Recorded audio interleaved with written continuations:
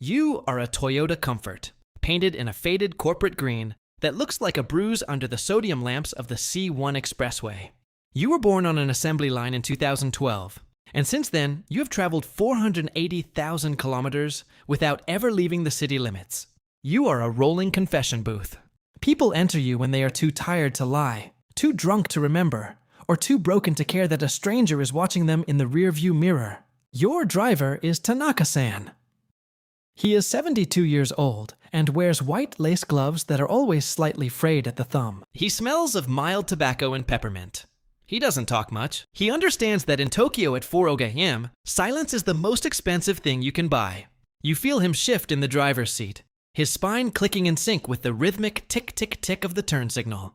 To the world outside, you are just a speck of green light moving through a forest of steel. But inside, you are a sanctuary. You hold the lingering scent of expensive perfume from a Ginza hostess, the spilled beer from a salaryman who lost his shoes, and the salt from the tears of a girl who just realized her dream job is just another way to be ignored. You don't judge, you just carry.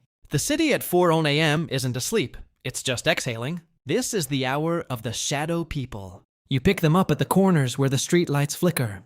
There is a woman you pick up every Thursday near Roppongi. She always sits in the back left, as far away from Tanaka-san as possible. She never gives an address, she just points. You move through the narrow backstreets where the power lines weave a spiderweb across the moon. She stares out the window, her breath fogging the glass, tracing patterns in the moisture that look like kanji for help or wait. Then there is the regular at 4:15 a.m., a young man in a suit that fits him like a borrowed skin. He works for a black company in Minato. He falls asleep the second his head hits your vinyl seat. Tanaka-san drives slower when he's in the car. He avoids the potholes and the sharp turns. He treats the boy's sleep like a fragile piece of porcelain.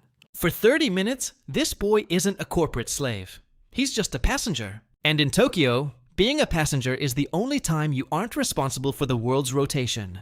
In the glove box, Tanaka-san keeps a small collection of paper flowers. He didn't buy them. They were left by a girl who rode in the front seat for 3 months straight. She was a nurse at the municipal hospital. She finished her shift when the sky was the color of a wet slate.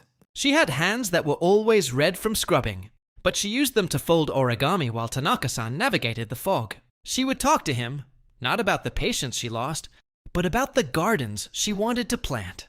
She spoke about hydrangeas that turned blue in the rain, and how the soil in her hometown smelled like ginger after a storm. Tanaka-san would listen, nodding his white-gloved head. He told her about his wife, who had been gone for 10 years, and how he still bought 2 cans of coffee every morning out of habit. They were 2 ends of a bridge that didn't go anywhere. For 5 kilometers a day, the bridge was solid. She left a paper flower on the dashboard every Friday. She told him it was for good luck in the traffic. Then the hospital expanded. A new train line opened. The need for a taxi vanished. One morning she didn't wait at the curb. Tanaka-san circled the block 3 times. He waited until the meter read a fare that nobody was paying. He looked at the empty front seat, and for the first time in 40 years of driving, he forgot where he was going. He pulled over under a bridge and touched the paper flower on the dashboard. It was just paper. It didn't smell like ginger. It didn't smell like anything but the exhaust of a city that never stops moving. The change came quietly. It started with the tablets mounted on the headrests.